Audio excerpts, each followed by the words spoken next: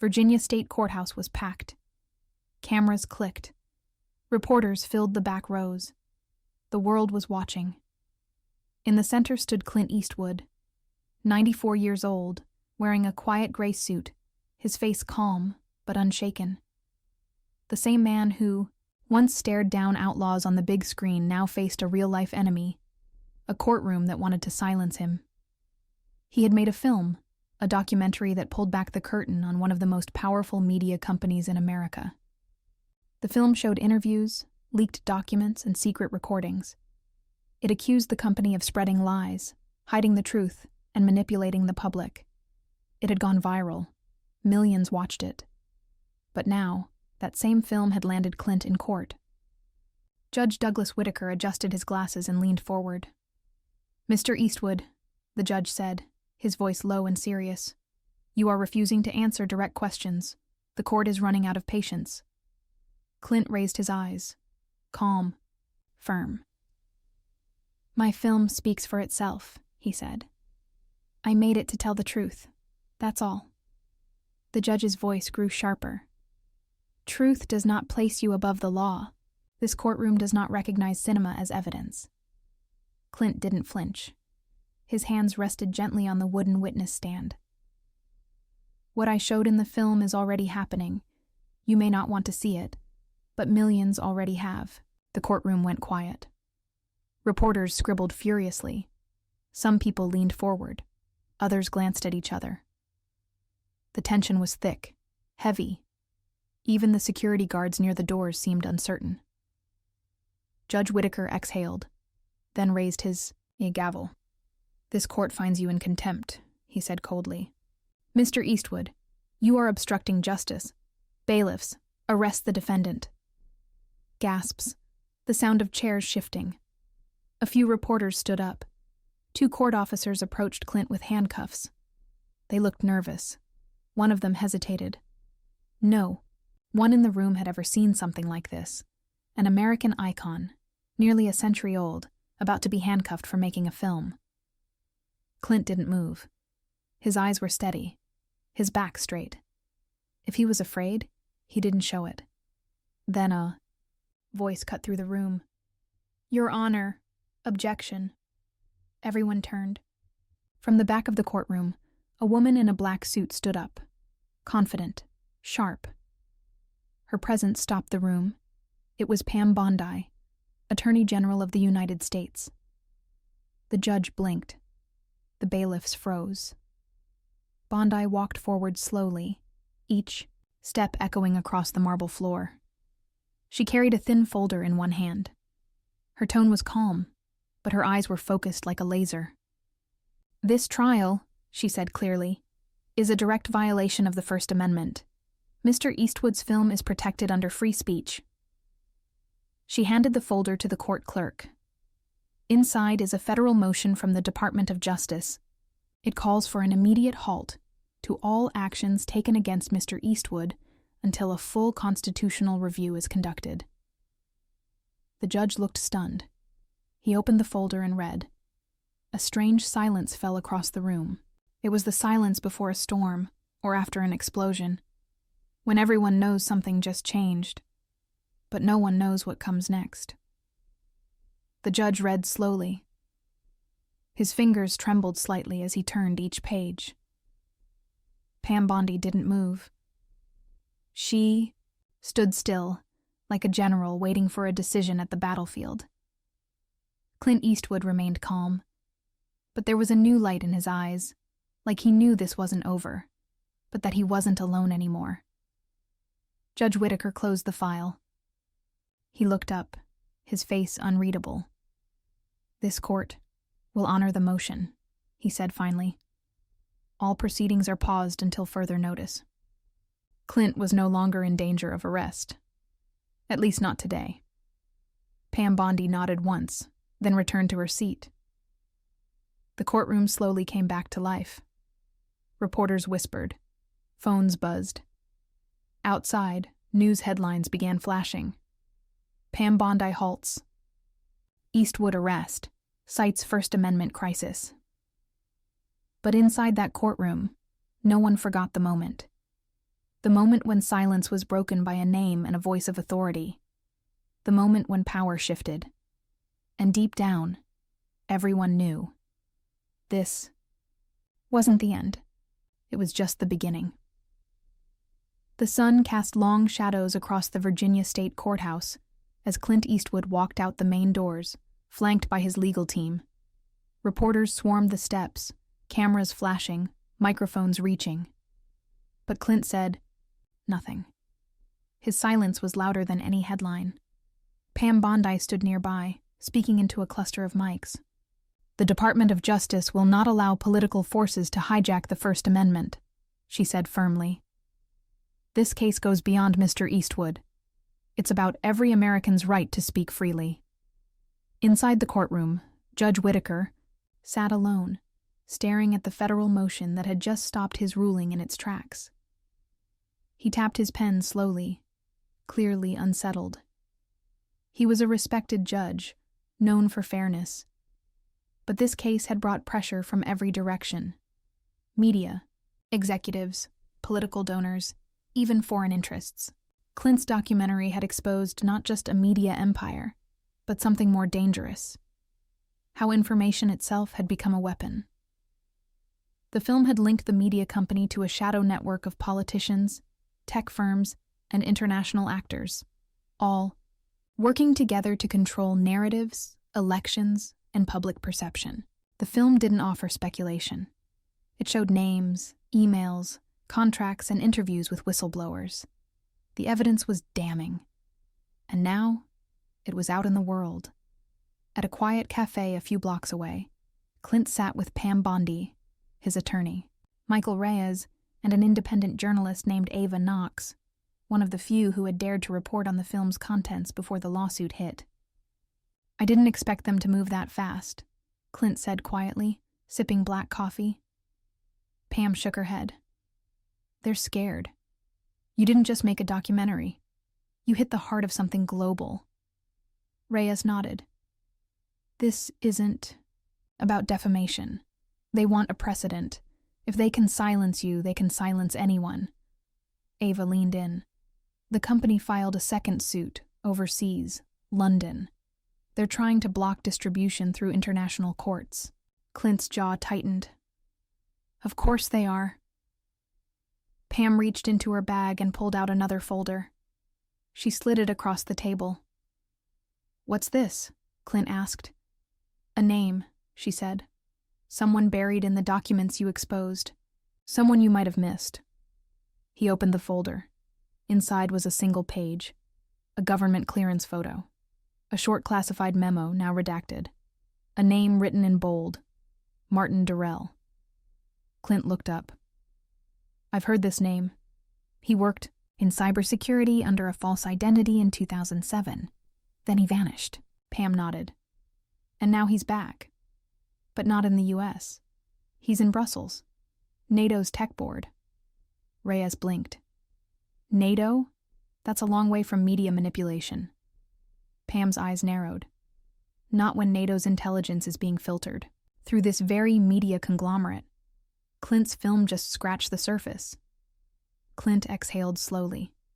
"So we're not talking about a media lawsuit anymore." "No," Ava said. "We're talking about a cross-border power system. Media, politics, tech, even intelligence. And they all want your voice erased." Clint stared out the window. Cars passed by, ordinary people going about their day. People who didn't know how close their truths were to vanishing. "I have more footage," he said finally. "Stuff I didn't include in the first cut. Interviews, files. I held them back because I wasn't sure who I could trust." Pam looked at him. "Now's the time to release them." He turned to Ava. "You still willing to run the story?" She didn't blink. "I'll publish it tonight, front page. If they're going to fight dirty, we go clean, and loud." Suddenly Reyes's phone buzzed. A message popped up. He read it once, then again, slower. "What is it?" Pam asked. Reyes swallowed. "Judge Whitaker's chambers were just sealed. Federal marshals moved in." "Why?" Clint asked. He's under investigation. Conflict of interest. Turns out he owns stock in the same media company behind the lawsuit. A heavy silence fell over the table. Pam nodded slowly. They're burning their own to cover their tracks. Clint's eyes didn't waver. Then we burn the whole lie down. He stood, straightening his jacket. Start the edit. We go live in 72 hours. And this time, the whole world sees it. No more holding back. Outside, clouds gathered above the Capitol dome. A storm was coming, but Clint Eastwood had lived through storms before. This time, he was walking straight into it, with the truth as his only weapon. A soft rain fell over Washington as dawn broke, painting the Capitol in a thin gray haze. Inside a small editing studio tucked between security firms and government contractors, Clint Eastwood stood watching a wall of monitors. Footage flickered. Interviews, maps, whistleblower testimonies, redacted memos slowly revealed. The second cut of his documentary was nearly complete. Beside him, Ava Knox worked silently, her fingers flying across the keyboard. She was integrating fresh footage Clint had held back. Clips of Martin Durrell, NATO briefings, and metadata trails that traced influence campaigns across continents. Clint watched one interview closely. A former intelligence operative, voice, altered, face blurred, said, "They didn't just manipulate news. They guided elections, buried military failures, and redirected entire international investigations. If you control the story, you control the world." Clint folded his arms, jaw set. We go live tomorrow night. Worldwide. Meanwhile, Pam Bondi was on Capitol Hill. Behind closed doors, she met with members of the Senate Intelligence Committee. The room was sealed. Only 5 people inside. One of them, Senator Lorne Metcalf, a hawkish Democrat with deep ties to international oversight. "Your move in the Eastwood case stirred the hornet's nest," Metcalf said, voice low. "We've had calls from Brussels, Berlin, even Tel Aviv." Pam stayed calm. "Good. Let them know we're not afraid of daylight." Senator Ruiz, a Republican, leaned forward. "You're saying NATO tech officers are involved in narrative steering? That's a heavy accusation, Pam." She slid a flash drive across the table. "This isn't an accusation. It's a confession. From a whistleblower inside the conglomerate," Clint exposed. "That tech officer, Martin Durrell. He's not just a programmer. He's an intelligence broker." The senators exchanged looks. "And if Eastwood's film proves this publicly," Pam continued, "you'll have a global trust crisis overnight, the kind that rewrites alliances." Back at the studio, Clint received a call from Reyes. "They just hit the server farm," Reyes said breathlessly. "The one hosting the film's cloud backups. Torched. Fire reported as an accident." Clint didn't flinch. "We've still got the master." "They're desperate," Reyes warned. "They know what's coming." Ava turned toward Clint. "You really think the world is ready for this?" Clint stared at the screen. "They weren't ready for Vietnam, or Snowden, or the Pentagon Papers. Truth doesn't wait for permission." Suddenly, Clint's phone buzzed, a number he didn't recognize. He answered. A voice, low and composed, spoke with a clipped European accent. "You're playing a dangerous game, Mr. Eastwood." Clint stayed silent. "You release that footage, and NATO relationships will fracture. Diplomats will walk out of summits. Borders may close. Are you ready to carry that weight?" Clint's voice was ice. "Are you?" The line went dead. He turned to Ava. "We just got our confirmation." She hesitated. "They're watching everything. Once we upload this, we're targets." He nodded. "Then we don't upload. We broadcast live." Ava blinked. "Stream it?" "Exactly. Multiple mirror streams, open source, real time, no middlemen, no delay. Let the world see it together." Across the city, Bondi's phone rang. Clint's number. They tried to burn our backup, he said. We're going live tomorrow night, 8 p.m. Eastern. Pam didn't miss a beat. Good. I'll make sure every major outlet's legal team is watching. If they try to shut it down, they'll have to do it on national TV. Clint paused. One more thing. Durrell, he's flying into D.C. tonight, charter from Brussels.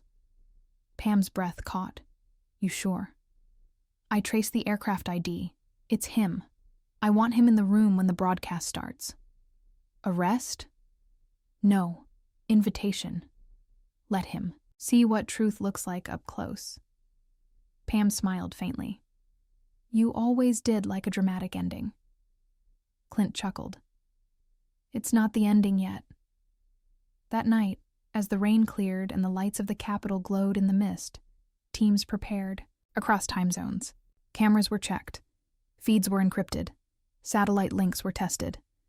The countdown had begun. Clint stood before the camera, tie loosened, sleeves rolled. In 24 hours, he said quietly to the lens, the world will learn who controls the stories and who's been rewriting them for years. Behind him, the screens flashed blue with a single phrase. Truth transmission. Lev. 24. And then the clock began to tick. A pale sun rose over Washington the next morning, casting a golden shimmer over the Capitol dome. But inside a fortified townhouse just blocks from the Supreme Court, the atmosphere was far from peaceful. Clint Eastwood, dressed in black slacks and a white shirt, paced the floor, eyes locked on the countdown projected on the wall. 1452-17. In the next 15 hours, his explosive documentary would stream live across the world. Unfiltered, unedited, undeniable. Pam Bondi arrived just after 7 a.m., escorted by 2 federal marshals. She walked into the war room-style living space where laptops hummed and wires snaked across tables. You know what you're risking, she said as Clint handed her a coffee. I do, he said. Do they? Pam nodded toward the screens. Half of NATO's legal advisors are already issuing warnings. Germany and the UK are pushing for a temporary cyber clampdown. They're calling it narrative containment. You're not just poking the bear, Clint. You're lighting a fire under it. Clint smirked. Good. Let it burn. Ava stepped in. We've traced 7 active cyber attacks in the last hour, all coming from anonymized servers. Someone wants this feed shut down before it ever starts. Clint motioned to James, their cybersecurity lead. They'll have to do better than that. James, hunched over a terminal, didn't look up. I've scattered 10 mirror servers across private satellite uplinks. The second one goes down. The others auto-switch. Real-time AI routing. They can chase us all they want. They won't catch the signal. Bondi raised an eyebrow. That tech's not even available to most military agencies. Clint simply said, that's the benefit of knowing where the lines are and crossing them when it matters. Suddenly, a secure line buzzed. James picked it up, listened for a moment, then handed it to Clint. It's Durrell. He's here. Clint stepped into the hallway, shutting the door behind him. Mr. Durrell, he said calmly. A quiet breath on the other end. Then, I wasn't followed. I need to see the footage. Clint paused. Why now? Because I didn't think you'd go through with it. But if you are, I need to explain before you do something irreversible. Clint responded firmly. Then come inside. I've kept a chair empty. 20 minutes later, the door opened and Martin Durrell entered. He was younger than Clint, expected, 40 maybe. Dressed in a charcoal suit with no tie, his eyes scanning every inch of the room. The others watched him with silent suspicion. You're not going to stop the stream, Clint said as Durrell took a seat. No, Durrell said, but you need context. He slid a small encrypted drive across the table. This isn't just about media control. It's about deterrence.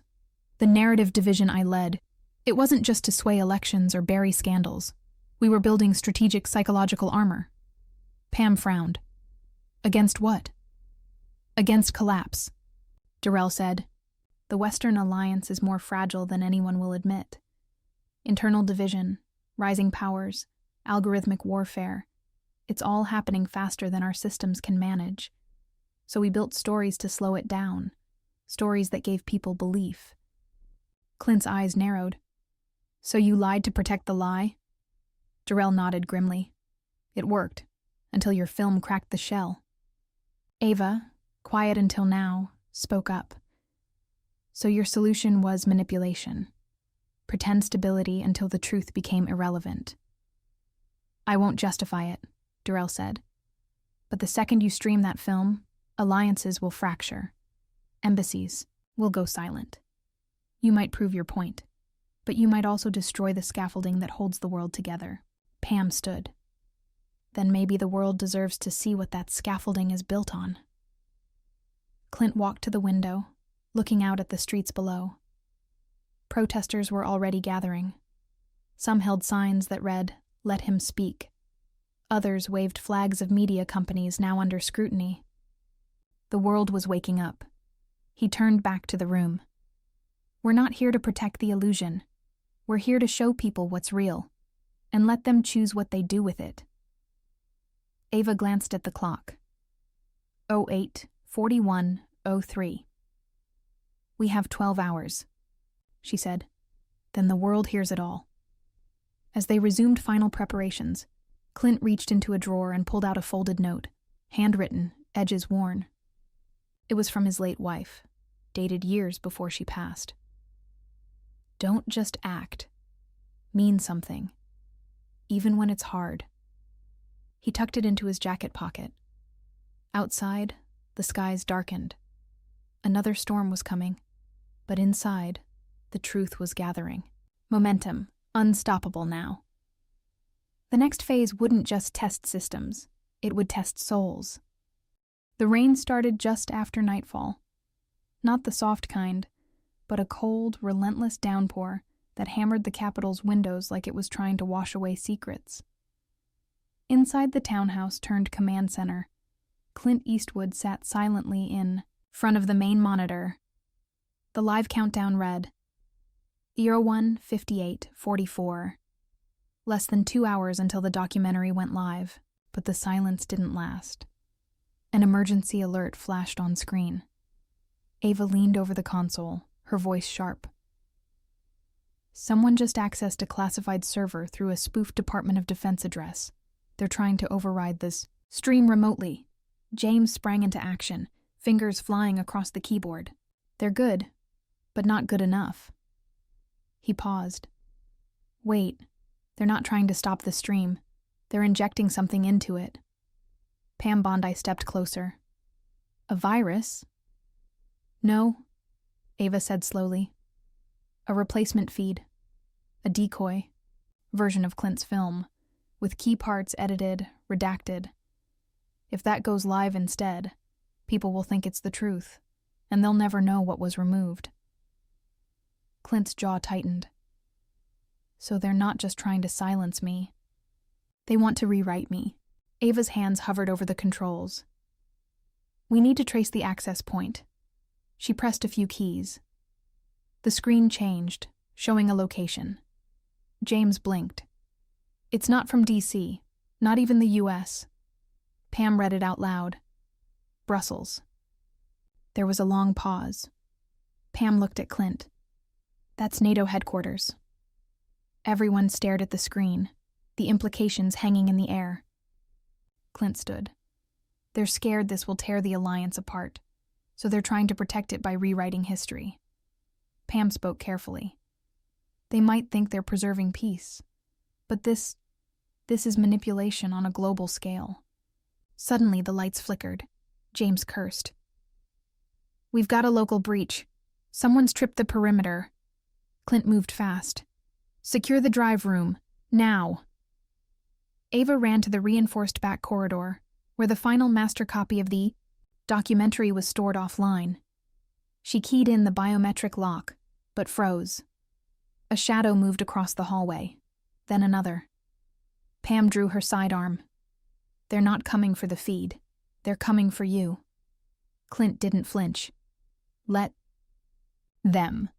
Just then, the front door burst open. 3 intruders in black tactical gear poured into the entryway, shouting commands in Spanish. James dove for the console, yelling, "They're cartel-linked, Reyes's team. How the hell did they get in?" "This fast?" Clint stepped into the hall, raising his hands. "You made a mistake." The lead intruder raised his weapon, but a piercing whistle echoed through the house. Boom. The floor beneath the attackers gave way. Ava had triggered one of the mansion's defense measures, a collapsing section of floor reinforced with hydraulic drop panels. 2 men fell, hard. The third scrambled to his feet, only to be met by Pam, calm and precise. 1 shot, non-lethal, took him down. In the chaos, Ava locked down the entire building. Metal shutters sealed the windows. Alarms blared. "We've got 5 minutes before backup arrives," she said, breathless. "But more will come." Clint moved to the secure drive room. He unlocked the steel case and held the master hard drive in his hands. Cool, heavy, the weight of everything they'd risked. Pam looked at him. "What if NATO issues a formal condemnation? What if this makes you an international criminal?" He met her gaze. "Then they'll have to arrest me in front of the world." She nodded, eyes fierce. "And I'll stand next to you when they try." As they moved back to the control center, Ava turned to Clint. "You still want to go live?" He looked at the screen. The truth sat ready. Every lie they'd uncovered. Every voice the system tried to erase. Every dirty contract. Every broken oath. It was all there. Clint whispered, more to himself than anyone. "You spend your life telling stories, but once in a lifetime, you get to tell the story." Ava pressed the final key. The screen blinked. Stream initiated. Across the world, phones lit up. Screens refreshed. Social feeds froze. And the truth began to roll. Raw, unfiltered, unstoppable. But unknown to them all, across the ocean, behind the glass walls of NATO's cyber division, a man was watching. He didn't flinch. He didn't speak. He just made 1 phone call. He released it. The voice on the other end was cold. "Then we release ours."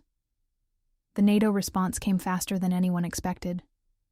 Within minutes of Clint Eastwood's documentary going live, encrypted servers across Europe lit up with counter-uploads. On the surface, they looked like fact checks, public statements, legal clarifications. But Ava knew better. "These are full-blown counter-narratives," she said, eyes darting across the data streams.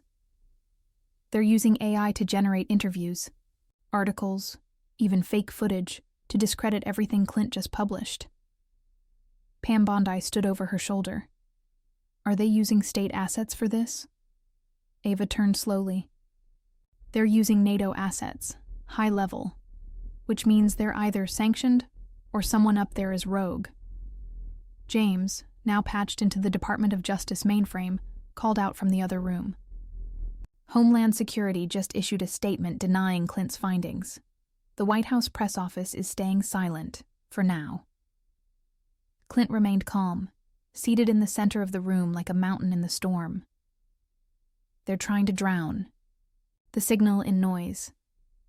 "Not just noise," Pam said, stepping closer. "They're moving to get your documentary reclassified as foreign propaganda." Everyone froze. "That means?" Ava asked. Pam didn't sugarcoat it. "It means they'll invoke the Espionage Act. They'll call you a threat to national security, and they'll come after everyone who helped you, me included." James slammed his laptop shut. "Then we go public, bigger, wider. If we try to defend behind closed doors, they'll bury us." Clint slowly stood up. "I've got one last card, but it's dangerous."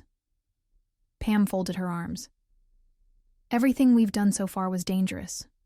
What's different about this?" Clint looked at her. "I never told anyone. But there's a second documentary, a shorter version. It doesn't expose just the media conglomerate. It names the political brokers who fed them the intel. James looked alarmed. You mean American officials? Clint nodded. Senators, defense contractors, some of the same people now calling me a traitor. Ava swallowed. That version could burn Washington to the ground. That's the idea, Clint said, his voice hard. Pam took a deep breath. How do we release it without getting everyone killed? Clint's eyes narrowed. We don't release it. We leak it. Through a foreign journalist with nothing to lose. James raised an eyebrow. Who? Her name's Zeynep Kaya, Clint said. Turkish reporter. Worked for Al Jazeera. She's been blacklisted since her last expose on U.S. covert ops. She's hiding in Berlin, but she still has her platform, and she trusts me. Pam hesitated. If we do this, we cross a line. The government won't just chase you. They'll say, you allied with a hostile actor. They'll strip you of everything. Legacy, freedom, citizenship. Clint looked her in the eye. They already tried to erase me with silence. I'd rather go down with noise. No one spoke for a moment. Then Ava nodded. I can route the files through Icelandic servers. Untraceable. Give me 10 minutes. James tapped his phone. I'll notify sympathetic journalists, so when the second leak drops, it won't be alone. Pam stepped closer to Clint. You understand what this means? He nodded slowly. It means they won't be able to stop the truth, even if they stop me. Hours later, in a nondescript apartment in Berlin, Zeynep Kaya opened a secure email and froze. Her eyes scanned the file names. She picked up her phone and called a burner number Clint had given her a year ago.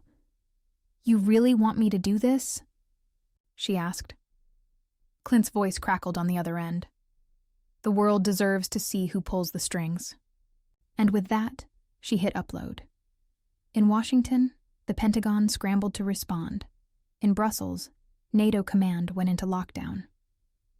In the media conglomerate's Manhattan headquarters, power suddenly flickered. Servers began failing. And in a small command center in Virginia, Clint sat beside Pam, watching chaos erupt, not with panic, but with a strange peace. Everything's going to change now, Pam whispered. Clint looked at her and said, that was always the point. The chaos spread faster than anyone could contain. Within 12 hours of Zeynep Kaya's leak, the second documentary was everywhere. Telegram, YouTube mirrors, dark web forums, even unexpected broadcast hacks in Southeast Asia and South America. It was raw, brutal, and specific. The footage showed high-ranking U.S. senators in off-the-record meetings with media executives, green-lighting coordinated information warfare. It exposed military officials approving leaks for political favor. Defense contractors bribing for narrative control. Names, faces, bank records, surveillance audio. Every major intelligence agency was now watching. Every major news outlet, forced to acknowledge the leak they tried to ignore, scrambled to explain their role. But the damage was irreversible. In Washington, the Senate called an emergency hearing. The White House, after 2 days of silence, issued a statement. We do not endorse suppression of truth. All involved parties will be investigated. But the country was already awake. Outside the Virginia courthouse, crowds gathered. Some waved American flags. Others held signs that read, "Truth is not treason," and "Clint spoke for us." Inside, Clint Eastwood prepared to walk back into the courtroom. Pam Bondi adjusted his collar. You know they'll try to pin something new on you now. Espionage, national endangerment, disinformation. Clint gave a tired smile. Let them. They already tried everything else. As the courtroom doors opened, silence fell. Judge Douglas Whitaker sat higher than ever, but there was a visible unease in his posture. The gallery was packed, not with reporters, but with veterans, whistleblowers, even tech workers who'd confirmed the data in the leaks. Pam stepped forward. Your Honor, we submit that all charges against Mr. Eastwood be dropped in light of the recent revelations now publicly available. To continue prosecution would be to criminalize truth. Whitaker's hands trembled slightly as he picked up the federal filing from the DOJ. The court acknowledges, he said slowly, that the new materials have fundamentally altered the context of this case. The tension in the room was suffocating. He paused. In light of the documentary's corroborated content, and the Department of Justice's motion to reevaluate this as a constitutional free speech case, this court has no choice. Pam stared, unblinking. The charges against Mr. Eastwood, Whitaker said, are dismissed. The room exploded, not in chaos, but in stunned applause. Pam closed her eyes for a second. Clint stood still, his expression unreadable. Then, slowly, he turned and looked into the cameras filming the hearing live. He spoke directly, without a microphone. This was never about me, he said. It was about a system that thinks silence is safe, that lies can be owned, that history can be sold. And I just reminded them, he said, voice stronger now, that some people still don't forget how to fight. Outside, journalists mobbed them. Ava was already setting up a live stream with global commentators. James was coordinating with European partners to verify the leak's metadata again. Zeynep Kaya had become an overnight global icon. And the public? They weren't just watching. They were organizing, demanding transparency, naming names. Later that night, Clint returned to his cabin outside Charlottesville. The porch light flickered. The stars were clear. Pam joined him, 2 mugs of coffee in hand. It's not over. He nodded. No, but it started. She sipped quietly. You ever think it would go this far? Clint looked at the sky, the weight of 94 years in his eyes. No, he said. But I always knew someone had to do it. And as the world shifted, scandals unfolding, resignations announced, new leaders rising, the man who once played heroes on screen had, in the end, become one in real life. Not with a gun, not with a badge, but with truth, and the courage to speak it when it mattered most.